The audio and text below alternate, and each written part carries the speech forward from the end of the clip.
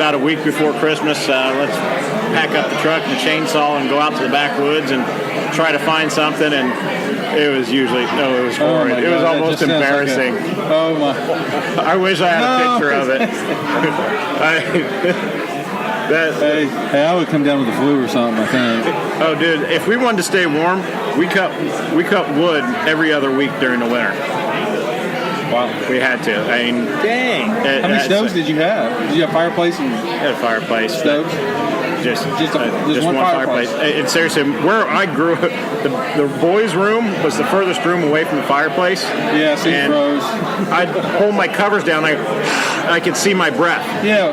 My curtains moved because the wind just moved. Too. Yeah, absolutely. I woke up with snow one day on me because I had cracks in my bedroom wall, and when it would snow, the wind would blow across the prairie. Hey, and I would wake up with snow on top of me. And I'll be honest with you, at the time, I didn't think twice about it. We didn't know any better. Yeah. We didn't know better because about 3 a.m. you get so cold, you'd climb out of the covers, go to the living room, and lay on the floor near the fireplace. And in the morning you wake up, there's 9 bodies on the floor in the living room. Hey, the dawn of the dead. Hey, we didn't have a fireplace. We had a kerosene stove. Oh, nice. Let me tell you about the fumes from that thing. That was in the kitchen. That's what Dad cooked breakfast on. Oh, no way. Yeah, one of the flat ones, he'd put the skillet on it. We didn't know any better. Exactly. Yeah, we had snow. We had frost in our on the stairwell. inside. Yeah, our stairwell had frost. That's how we lived. It was unbelievable. Like now, our parents would probably be in jail. Yeah, I mean seriously. We heated our house with one of those. I don't know. It's like a gas, child abuse. It's like a gas heater that was sitting in the middle of the house. Yeah. We had one vent for the upstairs, and that gas heater was supposed to heat the whole home.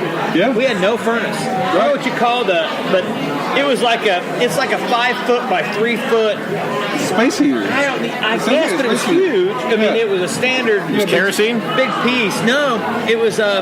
Did you plug it in? It was a gas furnace in the middle. Furnace in the middle of the house, and that's all it was. Yeah, that's old school. It's in our main room. It was weird, and we froze to death in the wintertime. I can remember. A lot of layers. Oh my God! I can remember we'd shut parts of the house off.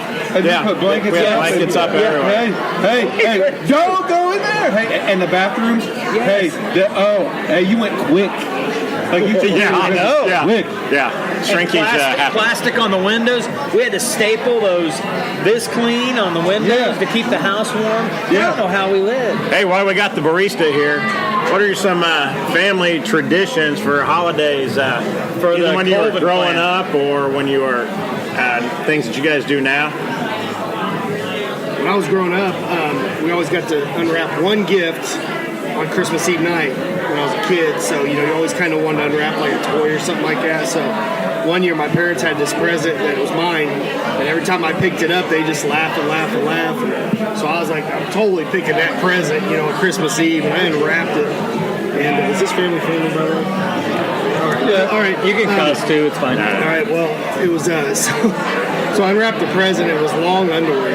And I was not happy because I was like 8 or 9 years old. Yeah. I did not want clothes Long underwear at all. I know. You want toys when you're 9. Yeah, my mom wanted to get me jeans and shit and shirts to wear to school. I didn't want that. I wanted Star Wars. No kidding. So yeah, that was but that was always kind of been a tradition. Now that I'm older, my daughters, we do Christmas Eve morning at my house because they go to their mom's on Christmas Day. So that's just kind of been something that's been going on. So tomorrow morning we'll be having our Christmas. Cool. It's just we always and now we're at the point where we try to do experiences more than buying a bunch of stuff.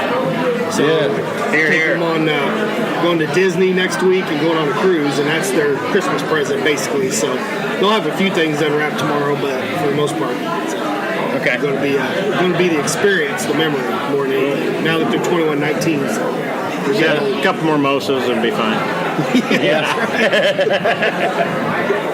Well, you didn't want to get on there? Hey, Colvin, real quick, before we get somebody else on, did you see the Ric Flair 30 for 30? Yeah, I saw. I haven't seen like the whole thing through and through. I was watching on the airplane coming back from Vancouver, Washington, NAIA National. Yeah, why don't you throw that in there?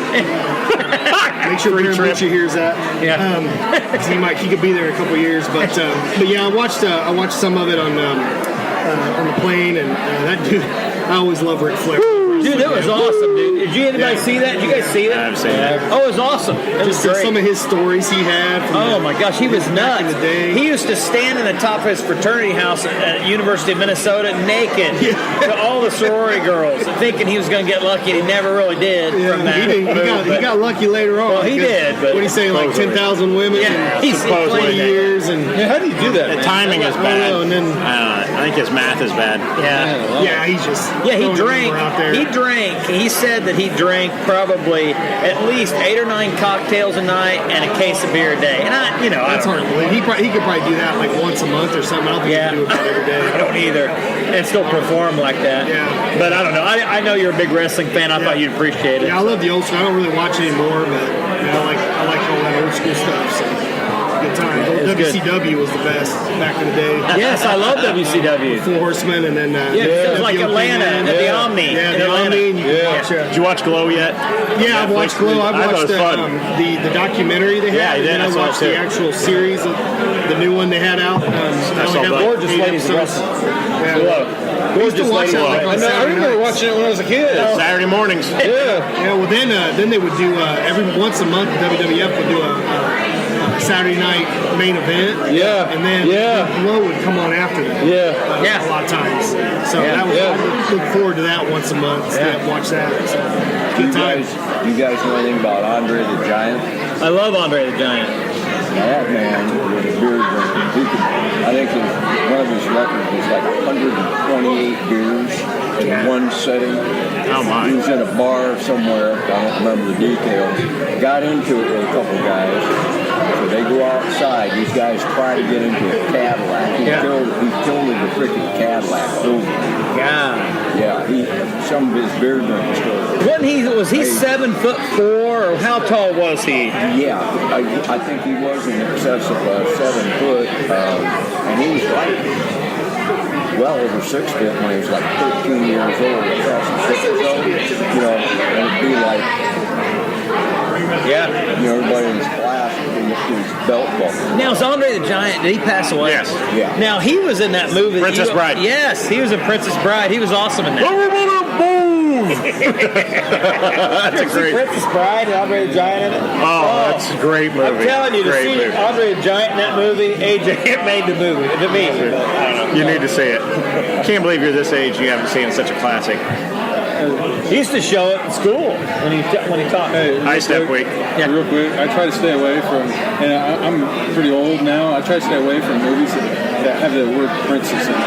I know, okay, all right. I'll be honest with you. All right. Just, You don't want to encourage your son, I understand. Still macho, you know. I just don't find it very entertaining. Yeah. Billy Crystal's in it. It's not bad. Yeah, really good. not He bad. plays it. And he's only mostly dead. Yeah.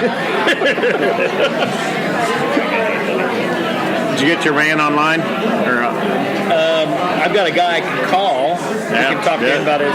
He'll talk for a while. Oh, that's all right. Well, if you guys we'll want to cut keep him off. talking, I'll call him and see. it's only what a he's press a got. button we can get rid of him. Yeah. So, other than that, Christmas vacations, did you do anything special during that time when you were a kid? Like your family goes, had to do sledding or something during that time? Yeah. When I was probably 6, 7, 8, 9, 10, my uncle would take the barn door down off the barn. Oh my God.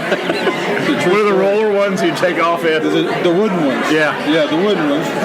And he would hook a log chain to each end of the door. And then he would put it over back of the truck. He would put it over the hitch. He put the hitch on the tractor. And we would go down the country roads on the back of that barn door. Hey, and let me just tell you, he wasn't nice about it. Like, it was like going tubing, but with the barn door. Wait, a buddy of mine had a Dodge truck, Dodge Ram. Yeah. And put it toboggan, one of the long skinny ones with a little curved front toboggan. And I'd go that. He got it up to 40 miles an hour and went around the curve. I went flying and nailed the mailbox. Yeah. My head popped off. My toboggan cap, my hat that I had on, the winter hat I had, it was about at least 50 yards behind me by the time I was done rolling. Yeah, I get it. It's ridiculous. It's Can't believe we did stuff like that. Yeah. once again, they'd be in prison. Yeah. Wasn't my dad. It was a buddy. Dad wouldn't have done stuff like that. Yeah, my uncle was crazy like that. He was too busy cutting wood probably at that point. He tried to stay warm. There was a lot of wood cutting during Christmas break. There were times when it was warmer to stay outside. Oh, yeah. Like, everybody just slept outside. It would have been warmer than sleeping inside. You know, kind of in March, you know, when the house is still cold, it's warmer outside. Yeah, it's starting to warm up. Yeah. Insulation all of a sudden kicked in. Or the lack of insulation. That which the rats didn't drag out. Are you on call? Well, it's good to see there's actually some Christmas sweaters out here in the clientele at the 10-Man Brewery. I wish we'd get a few people to come over. We need to start motioning to them or something here. I'd like to have a little extra come in. There you go. I got my buddy Matt on the line. He's on call as an EMT tonight, and he was going to call in and talk about his Christmas traditions. Hey, Matt, what's up? Hey, not much, man. I think I got you on there. I can kind of hear you here. Hey, don't hesitate to talk loud. Okay. So, hey, man, what was your? Hey, did you guys have any? What was your Christmases like with Dad Bob when you were growing up? Well, you know, here typically, like I say, Christmas with us was never normal. Yeah. You know, but of course, you know, military brat, so you know, we moved around a lot as a kid. So, you know, one thing I think that stands out in my mind probably from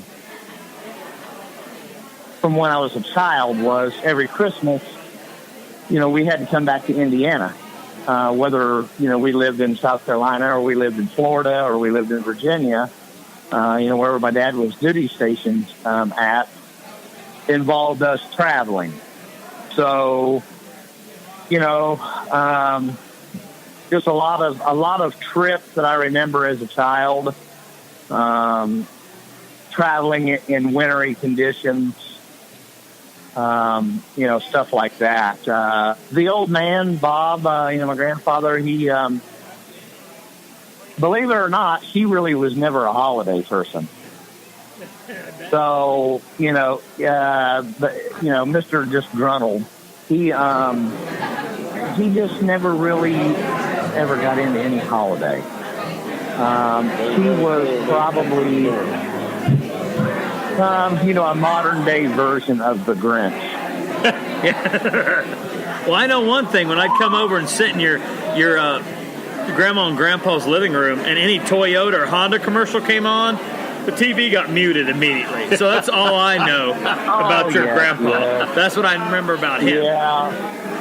And, you know, it was really funny because he still did that up to the day he died. He was 92 years old. And still, you know, he was set in his ways. You know, he never ever would listen to that. You know, it was, you know, if the TV was on, it was so loud that you'd have to scream and yell to carry on a conversation with the person next to you. And it was funny because then it would go dead silence whenever a commercial came on that he didn't approve of, Mr. GM man there. Oh, yeah. And I got AJ here, too. His family won't buy anything but a Ford. So, you know, everybody's got their thing. That's good man. Yeah, that's what I'm talking about. Yeah.